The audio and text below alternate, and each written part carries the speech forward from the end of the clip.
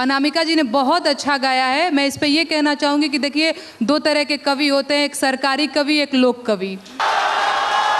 नमस्कार, news pulse में आप सबों का स्वागत है और हम बात कर रहे हैं कविता पर संग्राम।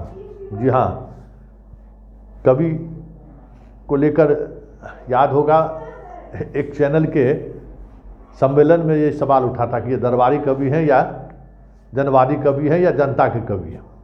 बड़ी हंगामा हुआ था और ये हंगामा जो नेहा सिंह राठौड़ द्वारा खड़ा किया गया था वो बिहार आते आते विस्फोट हो गया।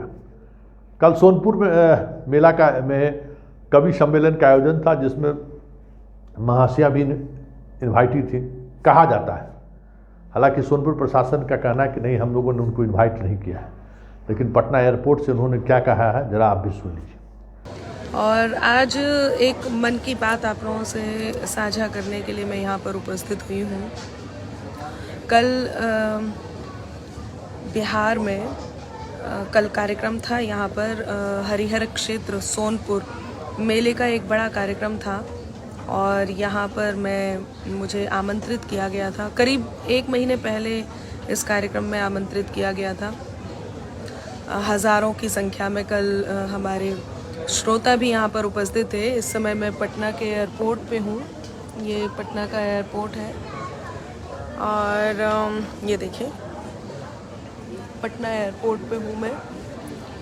और मुझे बहुत दुख है कि मैं बिना काव्य पाठ किए पटना की धरती से, बिहार की धरती से वापस जा रही हूँ। बहुत निराश भी हूँ। तो कल यहाँ पर कार्यक्रम था और जैसे ही हम लोग मंच पर पहुँचे तो प्रशासन ने मना कर दिया कि आप काव्य पाठ नहीं। उनके पास ऊपर से आदेश आया था कि अनामिका अंबर को काव्य पाठ नहीं करने दिया जाएगा और उसका कारण ये है कि अब कारण तो खैर उन्हीं को पता होंगे, लेकिन मुझे ये लगता है कि राष्ट्र की बात करना, देशभक्ति की बात करना, सच की बात करना, सच्चाई की बात करना इतना दूभर किसी सरकार को हो सकता है। मुझे बहुत दुख है कि बिहार सरकार को, प्रशासन को मना करना पड़ा कि अनामिका अंबर को मंच पर नहीं जाने दिया जाए। तो आपने सुना कि भाई हमें खर्च देकर हमें बुलाया गया था और फिर हमें कहा गया कि आपको मंच पर नहीं आना है। इसको लेकर सभी कवि इस काव्य पाठ का बहिष्कार कर दिया। लेकिन सवाल ये है कि वो दरबारी कवि हों चाहे जनवादी कवि हों, लेकिन अभिव्यक्ति को लेकर अगर आप जब आमंत्रित करते, चीज़ों को सुनिए। सहनशीलता क्यों खत्म हो रही है समाज में? सामने वाला भी वही कर रहा है, आप भी वही करिएगा तो फिर बेहतर समाज कैसे बनेगा? वो सरकार की तारीफ करते हैं तो तारीफ भी सुनिए, जो आलोचना करते हैं उसकी आलोचना भी सुनिए। ये अलग बात है कि कवि, साहित्यकार और पत्रकार को हमेशा सत्ता से सवाल करना चाहिए, सत्ता का गुणगान नहीं करना चाहिए, ये नैतिकता की बात है। लेकिन अगर कोई गुणगान करता ही है तो इसमें गुरेज क्या है? वो अपने तरीके से पाठ करता है, लेकिन उसके लिए आप उन्हें मंच पर आमंत्रित न करें। ये बिहार सरकार के पर्यटन विभाग जिसने भी ये कदम उठाया है उसकी निंदा होनी चाहिए। वैसे बीजेपी को एक मौका मिल गया है। जरा सुनिए, अरविंद सिंह अपने अंदाज में सरकार की खिंचाई की है।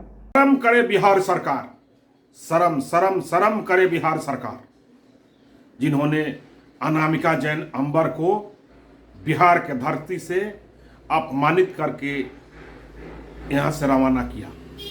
सोनपुर मेले में उनको काव्य पाठ करने के लिए बुलाया गया था, लेकिन उनको इसलिए रोक दिया गया, मंच पर नहीं चढ़ने दिया गया और पटना एयरपोर्ट से उनको वापस भेजा गया कि वो राष्ट्रभक्ति की कविता पढ़ती हैं, वो सच्चाई बयान करती हैं। और नरेंद्र मोदी और योगी जी जो कविता में उनका कभी कभी उनका पाठ कर देती हैं, इसलिए व्याकुल होकर के बिहार सरकार ने उनको वापस कर दिया कि राष्ट्रभक्ति के, विकास की बातों को वो न करें।